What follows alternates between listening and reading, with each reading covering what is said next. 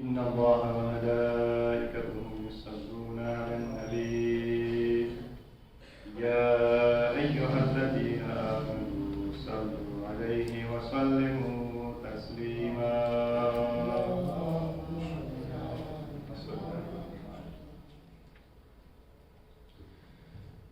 أعوذ بالله من الشيطان الرجيم. بسم الله الرحمن الرحيم.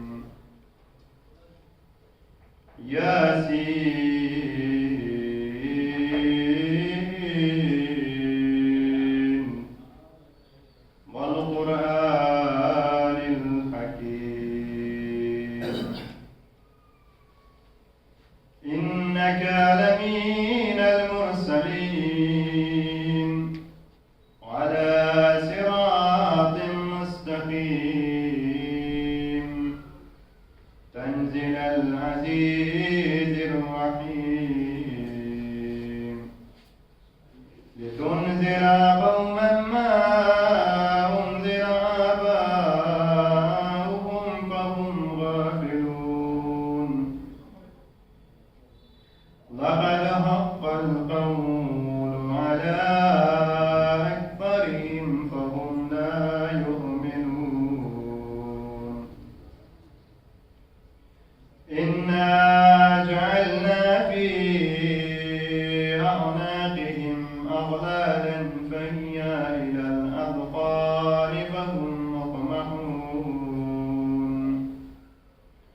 وجعلنا من بين أيديهم سدا ومن خلفهم سدا فأغشيناهم فهم لا يبصرون وسواء عليهم أأنذرتهم أم لم تنذرهم لا يؤمنون إنما تنذر من اتبع الذكر وخشي الرحمن بالغيب فبشره بمغفرة وأجر كريم. إنا نحن نحيي الموتى ونكتب ما قدموا وآثارهم وكل شيء أحصيناه في إمام مبين. واضرب لهم مثلا أصحاب القرية إذ جاءها المرسلون إذ أرسلنا إليهم اثنين فكذبوهما فعززنا بثالث فقالوا إنا إليكم مرسلون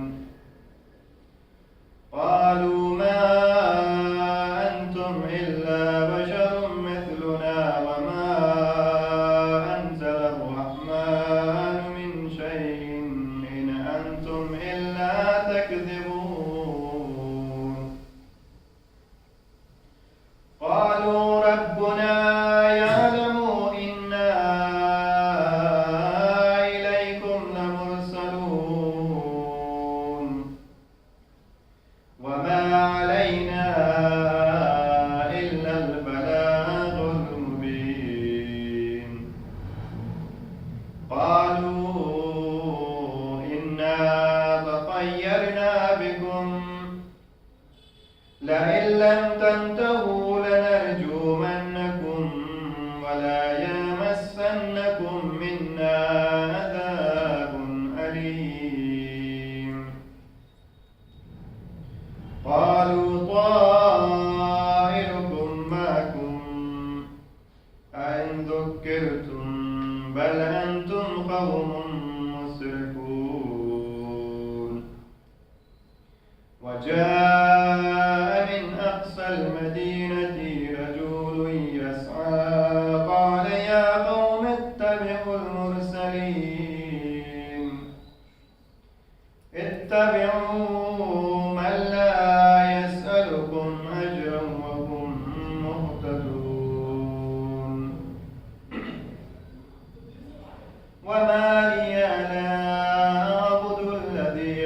فسيحشرني وإليه ترجعون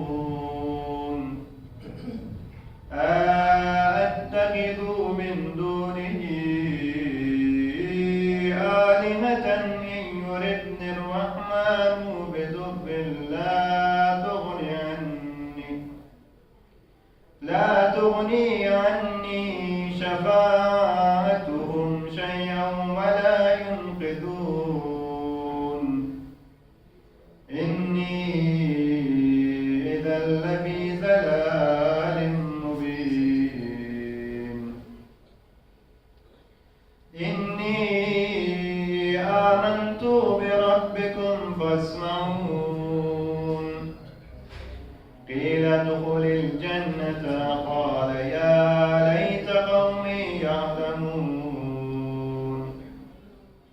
بما غفر لي ربي وجعلني من المكرمين وما أنزلنا على قومه من بعده من جند من السماء وما كنا منزلين إن كانت إلا صيحة واحدة فإذا هم خامدون يا حسرة على العباد ما يأتهم من رسول إلا كانوا به يستهزئون ألم يروا كم أهلكنا قبلهم من القرون أنهم إليهم لا يرجعون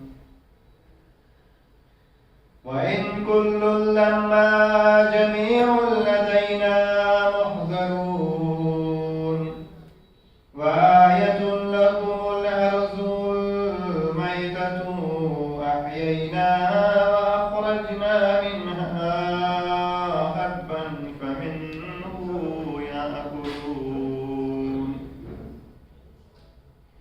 وجعلنا فيها جنات من نخيل وأعناب وفجرنا فيها من العيون ليأكلوا من ثماره وما عملته أيديهم أفلا يشكرون سبحان الذي خلق الأزواج كلها مما تنبت الأرض ومن أنفسهم ومما لا يعلمون وآية لهم الليل نسلخ منه النهار فإذا هم مظلمون والشمس تجري لمستقر لها ذلك تقدير العزيز العليم والقمر قدرناه منازل حتى عاد كالعرجون القديم لا الشمس ينبغي لها أن تدرك القمر ولا الليل سابق النهار وكل في فلك يسبحون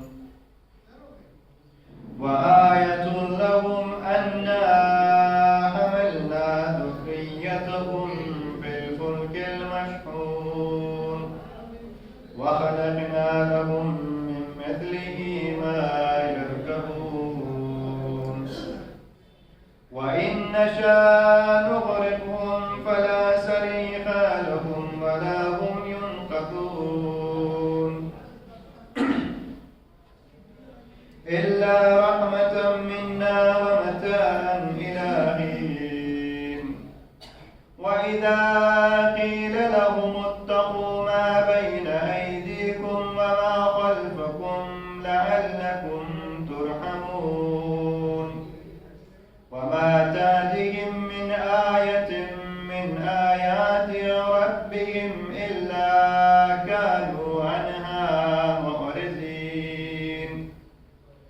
وإذا قيل لكم أنفقوا مما رزقكم الله قال الذين كفروا للذين آمنوا أندعم من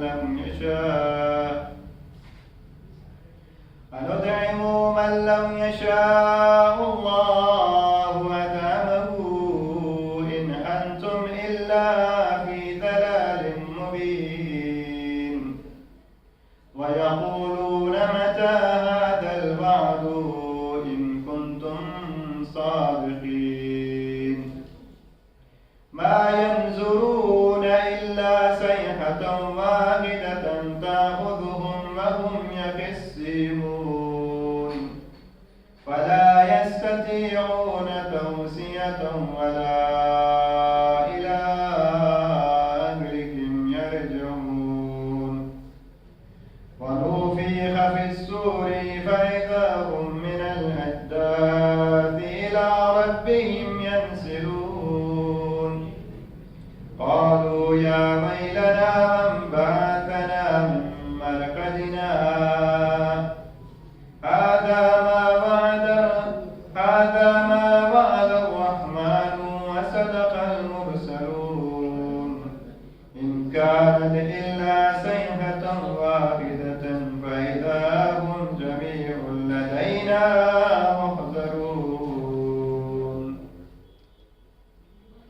فاليوم لا تظلم نفس شيئا ولا تجزون إلا ما كنتم تعملون إن أصحاب الجنة اليوم في شغل فاكهون هم وأزواجهم في ظلال على الأرائك متكئون لهم فيها فاكهة ولهم ما يشتهون سلام قولا من رب رحيم وامتازوا اليوم أيها المجرمون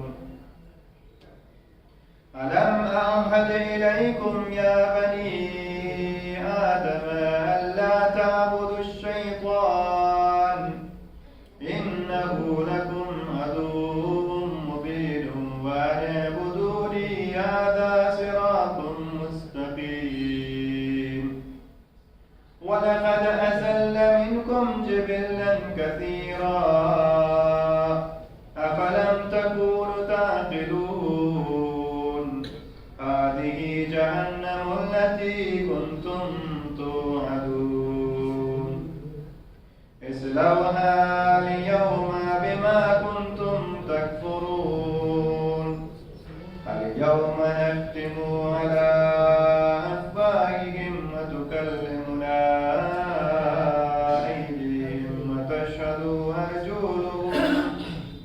وتشهد أرجلهم بما كانوا يكسبون ولو نشاء لطمسنا على أعينهم فاستبقوا الصراط فأنى يبصرون ولو نشاء لمسخناهم على مكانتهم فما استطاعوا مضيا ولا يرجعون ومن نعمره ننكسه في الخلق أفلا يعقلون وما علمناه الشعر وما ينبغي له إن هو إلا ذكر وقرآن مبين لينذر من كان حيا ويحق القول على الكافرين أولم يروا أنا خلقنا لهم مما عملت أيدينا أنعاما فهم لها مالكون وذللناها لهم فمنها ركوبهم ومنها يأكلون ولهم فيها منافع ومشارب أفلا يشكرون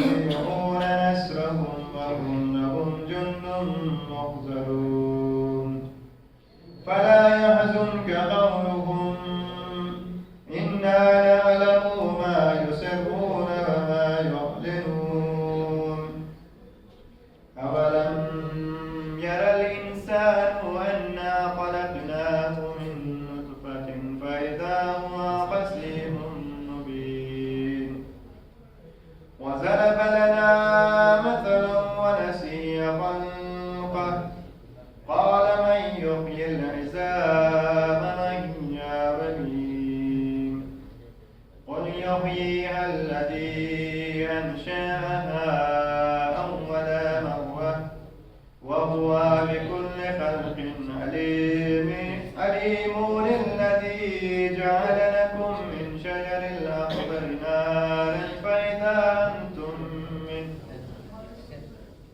فإذا أنتم منه توقدون أوليس الذي خلق السماوات والأرض بقادر على أن يخلق مثلهم بلى وهو الخلاق العليم إنما أمره إذا أراد شيئا أن يقول له كن فيكون فسبحان الذي بيده ملكوت كل شيء وإليه ترجعون صدق الله العلي العظيم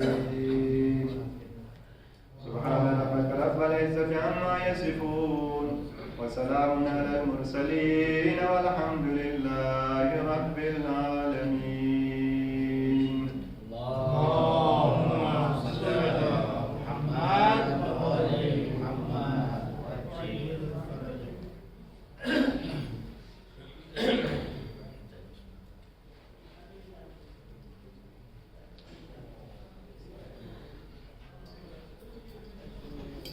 محمد وآل محمد اللهم صل على محمد وآل محمد وعجل فرجهم وعليك عذاب وانصر أولياء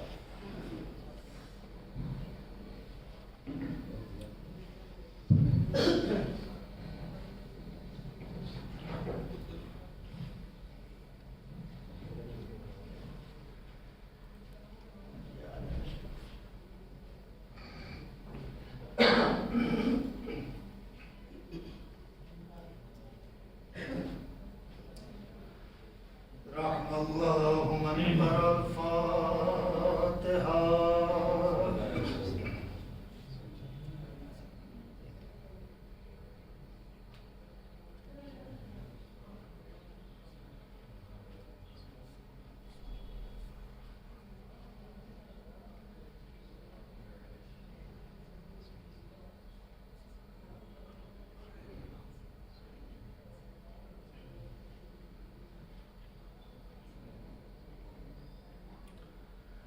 لا حول ولا قوة إلا بالله العلي العظيم أعوذ بالله من الشيطان اللعين الرجيم بسم الله الرحمن الرحيم حسبنا الله ونعم الوكيل نعم المولى ونعم النصير الحمد لله الذي هدانا لهذا وما كنا لنهتدي لولا أن هدانا الله لقد جاءت رسل ربنا بالحق والصلاة والسلام والتحية والإكرام على سيدنا ونبينا حبيب قلوبنا وطبيب نفوسنا مولانا مولى الثقلين جد الحسن والحسين بالقاسم محمد اللهم صل على محمد وآل محمد وعلى آله الطيبين الطاهرين المعصومين المظلومين المنتخبين المنتجبين الذين أذهب الله عنهم الرجس وطهرهم تطهيرا اللهم صل على محمد وآل محمد لا سيما على بقية الله في الأرضين ولعنة الله على أعدائهم أجمعين من يومنا هذا إلى قيام يوم الدين أما بعد فقد قال الله الحكيم في كتابه الكريم وقوله الحق ربنا لا تزغ قلوبنا بعد إذ هديتنا وهب لنا من لدنك رحمة إنك أنت الوهاب صلوات محمد اللهم صل على محمد وآل محمد ایثار ثواب کی مجلس ہے، لہذا قبل اس کے کہ ہم اپنی گفتگو کا آغاز کریں گزارش ہے کہ ایک مرتبہ سورہ حمد اور 3 مرتبہ سورہ اخلاص کی تلاوت کر کے ذکیہ بیگم بنت امیر الدین کی روح کو ہدیہ کریں۔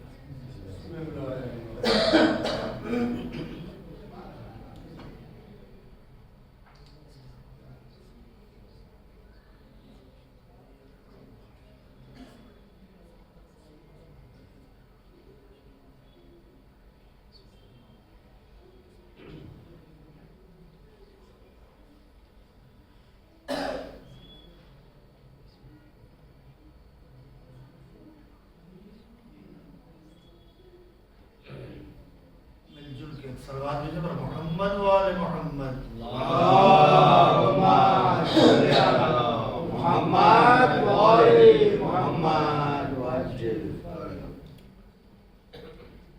جیسا کہ ہم نے اپنی گفتگو کا سرنامہ قرار دیا،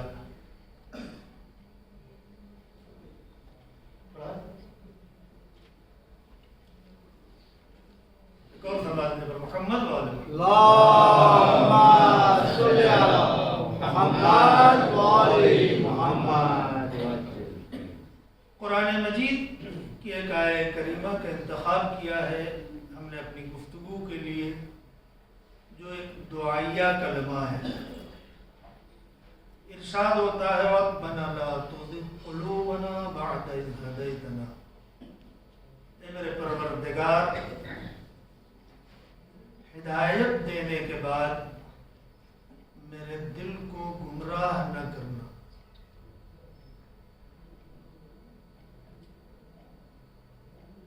ہدایت مل جانے کے بعد میرے دل کو گمراہ نہ کرنا، اور اپنے پاس سے اپنی جانب سے ہمیں رحمت عطا کرنا، اس لیے کہ بے شک تو بہت زیادہ عطا کرنے والا ہے۔ یہ ایک دعائیہ کلمہ ہے، اور جیسا کہ آپ نے ترجمے سے یہ سمجھ لیا ہوگا کہ یہ دعا عاقبت بخیری کی دعا ہے۔ یہ دعا اس لیے ہے کہ ہمارا خاتمہ بخیر ہو، اور یہ نہایت اہم دعا ہے۔ بہت ہی زیادہ روایات میں اس دعا کی طرف تاکید کی گئی ہے، اور یہ کہا گیا ہے کہ مسلسل اپنے پروردگار سے اپنے عاقبت کی بخیری کے لیے دعا کرو۔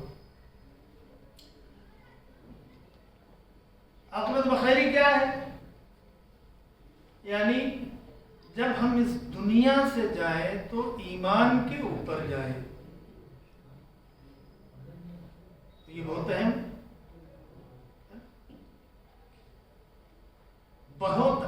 ہے. اس لیے اہم ہے کہ اگر ہم دنیا سے جب اٹھ رہے تھے اگر ایمان کے اوپر نہیں اٹھیں گے تو جو کچھ ہم نے اعمال انجام دیے سب رائے گا ہو جائیں گے. جو کچھ بھی ہم نے کیا ہے پوری زندگی میں اگر مرتے وقت ہم ایمان پر نہ اٹھے تو سب کچھ بیکار ہے.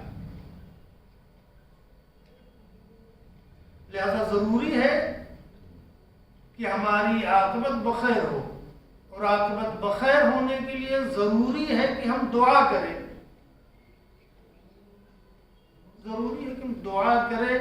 پروردگار ہی اگر چاہے گا تو ہماری عاقبت بخیر ہو. بڑی اہمیت ہے عاقبت بخیری. آیت اللہ مراشی نجفی آپ کے سلسلے میں آپ کے شاگردوں کا یہ کہنا ہے کہ اکثر درس میں آپ اس بات کا ذکر کرتے تھے. یعنی آیت اللہ مراشی نجفی ایک عظیم مرجع تقلید کہتے ہیں اکثر ان کے شاگردوں کا کہنا ہے کہ اکثر وہ اپنے درس میں یہ گفتگو کرتے تھے کہ جب بھی میں اپنے گھر سے نکلتا ہوں تو اپنے پروردگار کو اور معصومین علیہ السلام کو قسم دے کر نکلتا ہوں کہ میں ایمان کے ساتھ اپنے گھر پر واپس آؤں. اللہ ایمان کے ساتھ پروردگارا تجھے قسم ہے مجھے اپنے ایمان اور اپنے اعتقاد کے اوپر جس طریقے سے میں اپنے گھر سے نکل رہا ہوں اسی طریقے سے مجھے اپنے گھر واپس کرنا. جب ایک مرجع وقت اتنا بڑا عالم دین اس کو ضرورت ہے اپنی عاقبت بخیری کی دعا کے لیے تو ہمارا کیا کتنی شدید ضرورت ہے ہم کو عاقبت بخیری کی. بہت زیادہ تاکید کی گئی اسے پیغمبر سے روایت آپ فرماتے ہیں انما الاعمال بالخواتیم. اہمیت کو سمجھیے. اعمال کا کہتے ہیں اعتبار کس کے اوپر ہے؟ اس کے انجام کے اوپر ہے. یعنی اگر خاتمہ بخیر ہوا ہے تو اعمال کا اعتبار ہے ورنہ کوئی اعتبار نہیں ہے. یا امام صادق علیہ السلام اس سلسلے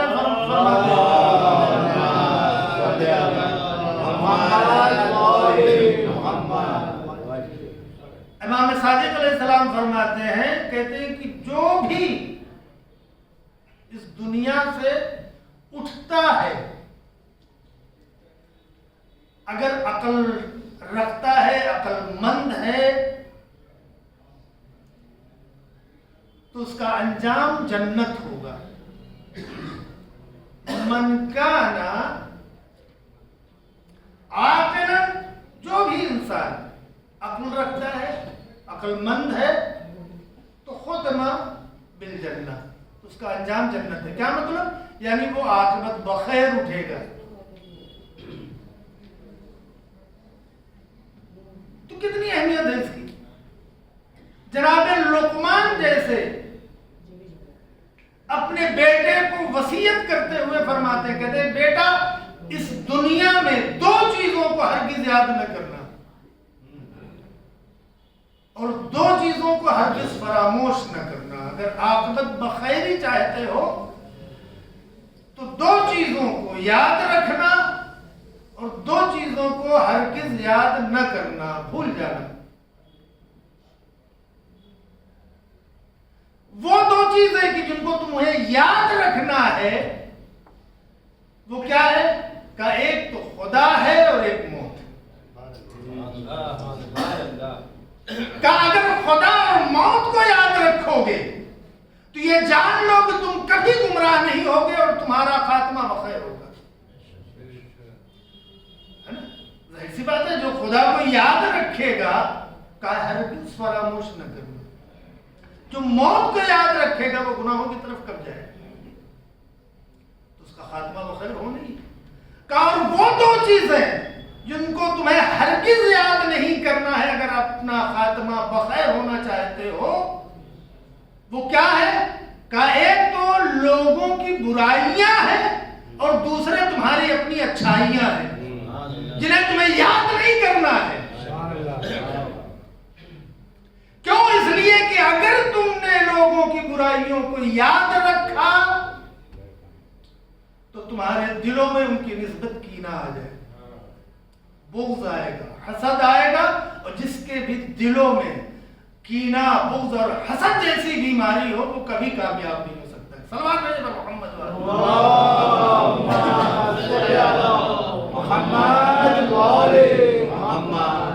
کبھی کامیاب نہیں ہو سکتا اگر کسی کے دل میں کینہ، بغض اور حسد ہو۔ اور جب تک ہم دوسروں کی برائیوں کو یاد رکھیں گے اس کی نسبت ہمارے دل میں بغض و کینہ اور حسد رہے گا۔ کا دوسری چیز کیا ہے؟ کا دوسری چیز اپنی اچھائیوں کو بھول جانا۔ نیکی کر دریا میں ڈال، یہی ہے کہ اس لیے کہ اگر تم اپنی نیکیوں کو یاد رکھو گے تو آئندہ تم نیکیاں نہیں کرو گے، مغرور ہو جاؤ گے اور پھر تمہارا خاتمہ بخیر نہیں ہو سکے گا۔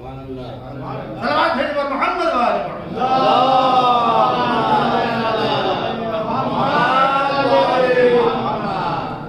تو اگر خاتمہ بخیر ہونا چاہتے ہو تو ضروری ہے کہ چیزوں کی پابندی کرو۔ کتنی اہمیت رکھتی ہے یہ چیز، خاتمہ بخیر ہونا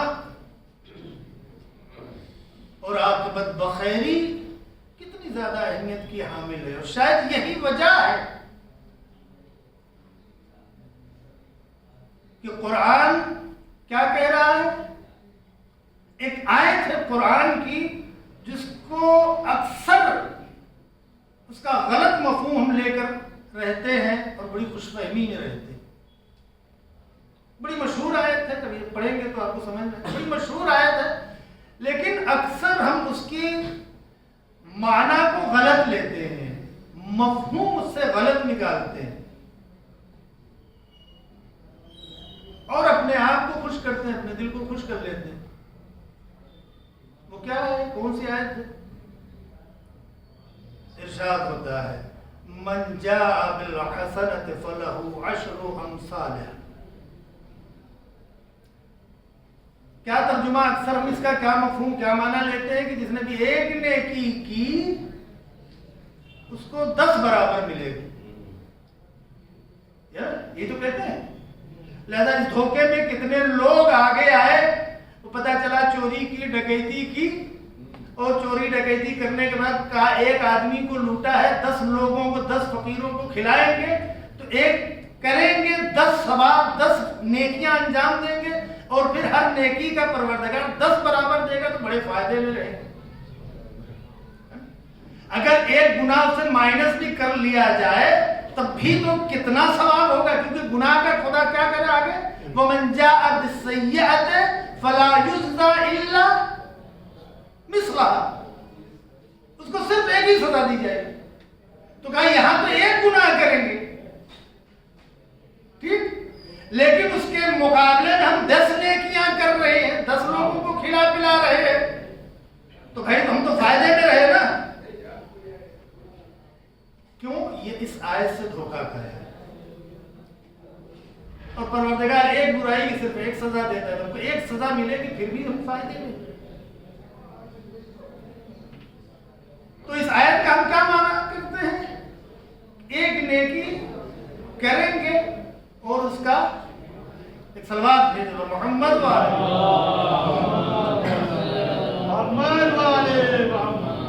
ایک اور صلوات بھیجو محمد والے۔